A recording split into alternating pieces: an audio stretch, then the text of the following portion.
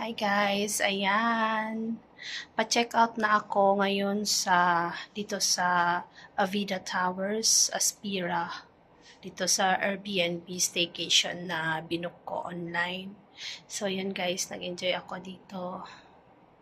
Actually at until 11 a.m. lang sila dito. Pero pina-extend nila ako ng 1 hour kasi late naman din akong nag-check-in. So yun guys, ipakita ko lang sa inyo ulit. Pero magulo na to guys kasi tinulugan ko na. Tapos baka hindi na ako makababa doon sa pool. Pero ngayon, mapapakita ko sa inyo dito sa window yung view ng pool. Kasi baka hindi na ako makapunta doon mamaya. So yun na guys, pakita ko sa inyo.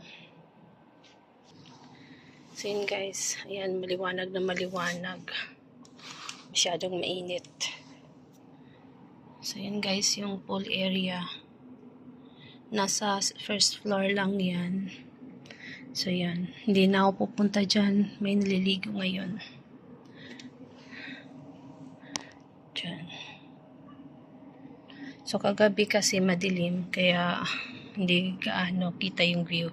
Pero dito ngayon okay na, maliwanag na. Ayan, may kiddie pool sila, may mga bata naliligo, then meron dito silang pang adult pool.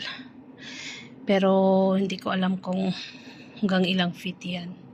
Pero anyway, sa susunod na balik ko dito, magdadala ako ng pang swimming para makaligo ako. Ngayon kasi biglaan, kaya walang hindi nakapagdala. So yun guys, yan yung pool area, isa sa mga amenity ng Avida Towers, Aspira.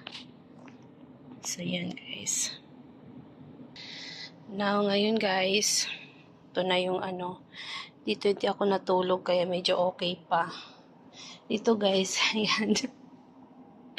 Ang gulo kasi dito naka-front yung TV, nanonood kasi ako. Yung pagtulog ko hindi pa ganon. Hindi pa ganon. Nilagyan ko na lang dito ng isang pillow para dire-diretso. Yan yung tulog ko guys. So anyway, pa-check out na ako. Iko-close ko na yung aircon para hindi sayang.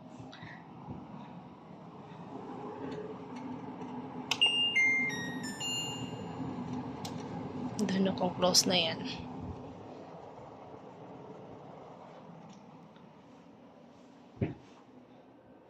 Ganda guys kasi may Netflix sila.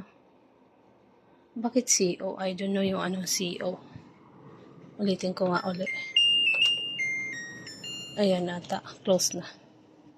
So anyway. Ayan guys yung magulo na. Pero guys, nag-enjoy ako dito. Nag-enjoy ako. At for sure, babalik ako sa susunod na punta ko next month. Ayan. Ito guys, ang ganda oh. Talagang gusto kong magkaroon ng ganito sa susunod.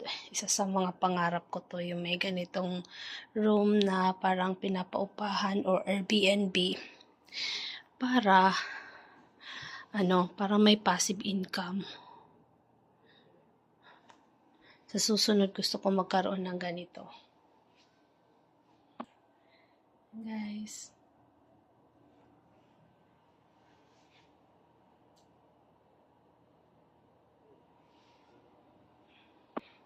Ito yun guys, yung